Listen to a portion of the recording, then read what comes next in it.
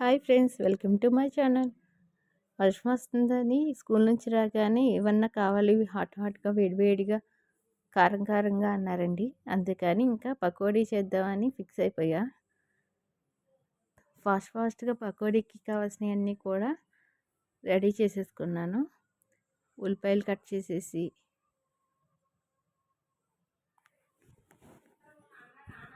మిరపకాయలు చిన్న చిన్న ముక్కల కింద కట్ చేసుకుంటే అక్కడక్కడ తగిలి చాలా బాగుంటాయండి. అలా కట్ చేసుకోవాలి. ఇంకా మీరు కొంచెం కొత్తిమీర చిన్నగా కట్ చేసుకుని వేసుకోవాలి. మా బుడ్డోడు కొంచెం నేను కట్ చేస్తా అన్నాడు. సర్లే అని వాడికి ఇచ్చాను. సరిగ్గా కట్ చేయట్లేదని మళ్ళీ నేనే తీసుకుని కత్తిరించాను.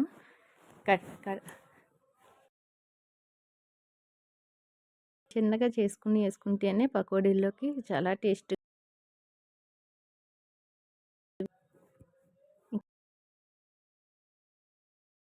బాగా చిన్నగా కట్ చేసుకోవాలి. అల్లం ముక్కలు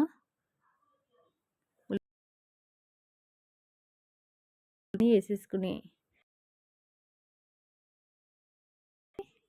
బాగా గట్టిగా పిసకాలి. ఇవన్నీ పిసికిన తర్వాత అప్పుడు దాంట్లో మనం వరిపిండి వేసుకుంటే సూపర్ ఉంటాయి. ఈసారి ఎప్పుడైనా సరే అలా ట్రై చేయండి. మీకు క్రిస్పీగా సూపర్గా రావాలంటే, నూనె లేకుండా ఉండాలంటే కొద్దిగా వరిపిండి వేసుకోవాలి శనగపిండితో పాటు. మేము అది వేసాం, కాకపోతే కొంచెం చూపించలేదు వీడియోలో. వాటర్ పోసుకుని మనకి ఎలా వీలైతే అలా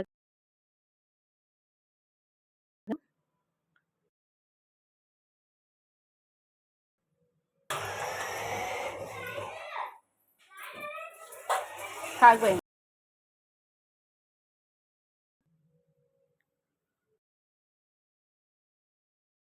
ఇది మీరు కూడా ఇలా ట్రై చేసి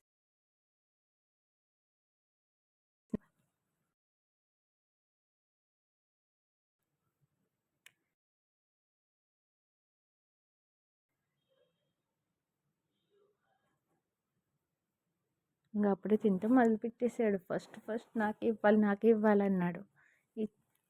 ట్యూషన్కి వెళ్ళాలి అందుకని.